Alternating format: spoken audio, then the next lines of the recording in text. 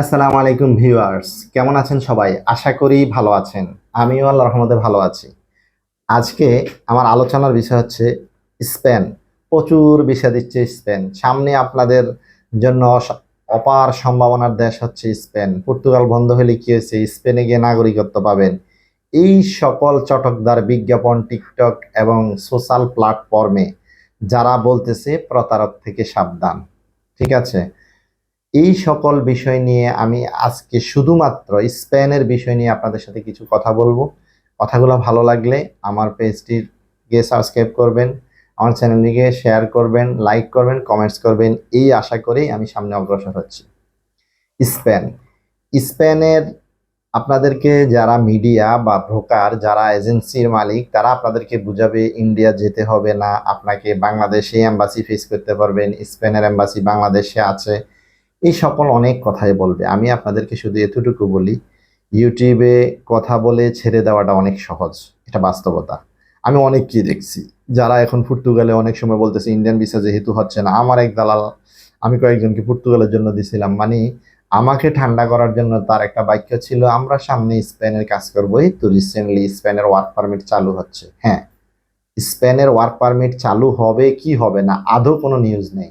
ঠিক আছে, তবে চালু হইতে পারে, কিন্তু হবে কি না এটা আমি এখনই আপনাকে বলতে পারি না। যে ভাই স্পেনে এখনই অনেকে ফাইল টানা শুরু করে দিছে, স্পেনে ওয়ার্ক পারমিট চালু হয়ে যাচ্ছে।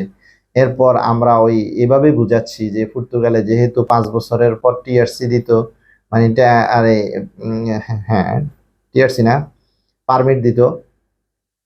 তো এখন বর্তমানে কিন্তু সেটা 10 বছর করছে। তো এখন বলতেছে অনেক সহজ, স্পেনে গেলেই আপনাকে এই 2 বছরের ভিতরে নাগরিকত্ব দিবে।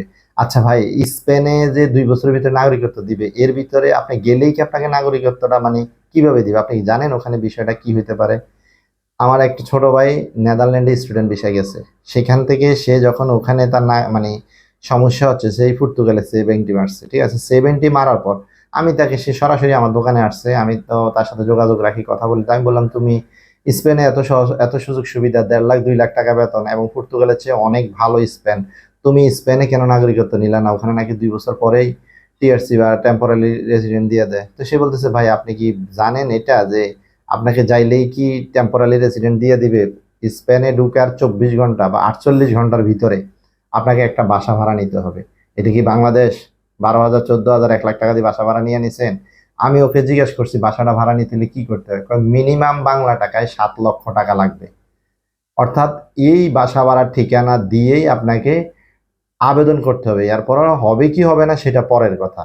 তা এটা কি এমন যে আপনারা 4 জন 5 জন 6 জন আছেন যে একটা বাসা নিয়ে নিলেন, আপনি বাসা নিতে গেলেও আপনি অবৈধভাবে আসছেন, আপনাকে বাসার মালিক বাসা ভাড়া দিবে কি না এটা যদি আপনার ওখানকার লোক না থাকে, 2 4 জন কোনো কারণে কারণে সেরে যায়, তার মানে আপনি সেরে যাবেন বা আমি সাইরে যাবো, বিষয়টা এরকম নয়। এটা তার বক্তব্য ছিল যে স্পেনে তো আপনি এবারে চিন্তা করেন যারা পর্তুগালে আসলো 21 লাখ 22 লাখ 23 লাখ খরচ করে, তারা যদি মনে করেন পর্তুগালে মানে টিআরসি বা মানে কার্ড পাওয়ার জন্য যে এত টাকা খরচ করলো, এখন আবার স্পেনে যে 8 10 লাখ টাকা খরচ করতে হবে কাজগুলোর জন্য, স্পেনের ল্যাঙ্গুয়েজ শিখতে হবে, অনেকগুলো বিষয় থাকে। আর মানে আমরা যেভাবে কথাগুলো ইউটিউবে ছেড়ে দিই, আরে কি হয়েছে সমস্যা না, আমরা কিন্তু ইতিহাস কি দেখি, ওই ব্যক্তি তো 3 বছর আগে গেছে, এখন সে কতটুকু স্ট্রাগল করছে এটা তো আর আমরা জানি না। আমরা শুনতেছি এখন সে অনেক টাকা কামাইতেছে, এটা দেখতেছি ওইটা দেখতেছি। বাস্তবতা হচ্ছে স্পেন নিয়ে যদি কথা বলি, স্পেন বাংলাদেশ থেকে ওয়ার্ক পারমিট এখনো তেমন নাই বললেই চলে। আমি আমার পূর্ববর্তী ভিডিওগুলোতেও বলছি, আপনি 50,000 লোকে আবেদন করার পর 1,000 লোক গেছে স্পেনে, আপনি যদি আমাকে বলেন যে আপনি একটা ভুল তথ্য দিতেছেন, ওয়ার্ক পারমিট হচ্ছে, সে কোন বিষয়ে কোন ক্যাটাগরিতে তার হাই অথরিটি দিয়ে এজেন্সি কোন ক্যাটাগরিতে তাকে নিয়ে গেছে এটা কি আপনি জানেন? তা আপনি তো এটা জানেন না। এখন স্পেনে কি মানুষ বসবাস করতেছে না? আমার পরিচিত অনেক আছে যারা আজ থেকে 10 বছর আগে আমি জানি যে উনি স্পেনে থাকে। তো তার মানে কি উনি স্পেনে আছে মানে যে বাঙালি? উনি কিভাবে গেছে? উনার কাছ থেকে হিস্টোরি শুনছি যে উনি অনেক কষ্ট করে পাহাড়ের উপর থেকে ড্রামের ভিতরে করে ওনাকে স্পেনের বর্ডারে ফালানো হয়েছে, তারপরে উনি গেছে, এরপরে ওনার নাগরিকত্ব হয়েছে। কিন্তু অতীতের যেই বিষয়গুলো ছিল বর্তমানে এগুলা নাই। অতীতে ইউরোপের পর একটা ইয়া থেকে অন্যটার গল্প শুনতাম কি বাসে উঠছে চলে গেছে, এখন প্রত্যেকটা ইউরোপীয় ইউনিয়নের এক দেশ থেকে আরেক দেশে যাওয়ার জন্য ফিঙ্গার প্রিন্ট বসাইছে বর্ডার গুলাতে। আপনি পর্তুগাল ত্যাগ করে যদি স্পেনে যান, কতদিনের জন্য গেছেন, আবার আসলে আপনি ফিঙ্গার দিলে জিনিসগুলো উঠে আসবে। এটা হচ্ছে বাস্তবতা। মানে অতীত যেভাবে স্বাভাবিকভাবে আমরা বিভিন্ন ইউরোপ কান্ট্রিগুলোকে স্বাভাবিক ধরতাম, মানবিক ধরতাম, এই ভাবতাম ওই ভাবতাম, এরকম না ভাই। এখন তারাও অনেক বুঝ হয়ে গেছে, তারা অনেক চালু হয়ে গেছে, বিভিন্ন জটিলতা। পর্তুগালে কিছুদিন আগেও দেখছি যে এক ব্যবসায়ীকে খুন করা হয়েছে। এরপরে আরেক ভাই আমার পর্তুগালে, উনি মানে থাকতো, তো উনি ওনার মালিককে টাকা দিয়েছে 7,000 ইউরো। উনি বলতেছে, ওটা ওনার একদম সরাসরি কথা, যেটা আমার খুব কাছের লোক, যে মালিক অস্বীকার করছে যে আপনি তো আমাকে টাকা দেন না। উনি জিদ্দে চলে আসছে, টিআরসি আছে, উনি করে যা যাবো না, উনি দেশেই প্রায় লাখ দেড় লাখ টাকা কামান। তো উনার অর্থাৎ মানুষের মেন্টালিটি মোটিভ গুলা নষ্ট হয়ে যাচ্ছে দিনের দিন ইউরোপের ব্যাপারে। এখন আমি জানি আমাকে অনেকে গালিগালাজ করবেন, হ্যাঁ ভাই মানা, একটা যুবকের হাজার স্বপ্ন, আপনার স্বপ্ন দেখেন না, বাস্তবতার লগে যান। আমি আমার ছোট ভাই যেটা রিসেন্টলি গেছে এখন পর্তুগালে, 12 তারিখ গেছে সে। যাওয়ার পর থেকে আমার লগে মেসেজ যে চ্যাটিং গুলা করছে, এগুলো দেখলে আপনারা অবাক হয়ে যাবেন যে ভাই বাইরে হইতে পারবো না বর্তমানে। মিনিমাম সে আমাকে বলছে 8 মাস, কয়েক বছর বলবো না, মানুষ তো বেশি বলে, 6 থেকে 8 মাস আমাকে দেশের থেকে টাকা আনতে হবে।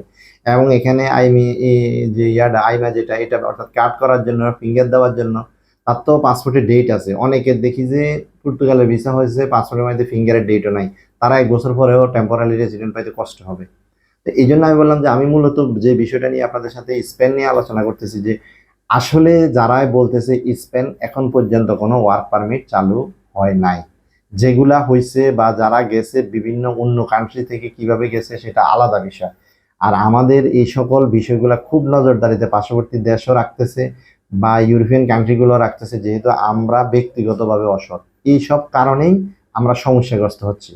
তো এই জন্য আপনারা টিকটক, ফেসবুক, ইউটিউবের যে চটকদার বিজ্ঞাপন, সোশ্যাল প্ল্যাটফর্মে যে স্পেনের বিষয় হয়ে যাবে, সামনে স্পেন চালু হচ্ছে, এই আশায় বসে থাকবেন না। বা স্পেন আসলে আদৌ চালু হবে কিনা, কারণ স্পেনিশরা অনেক বেশি বোঝে এবং অনেক দিক বিবেচনা করে চিন্তা করবে। ওরা লোক নিতে হলে আরো বিভিন্ন দেশ আছে যেগুলা থেকে ওরা নিতে পারবে।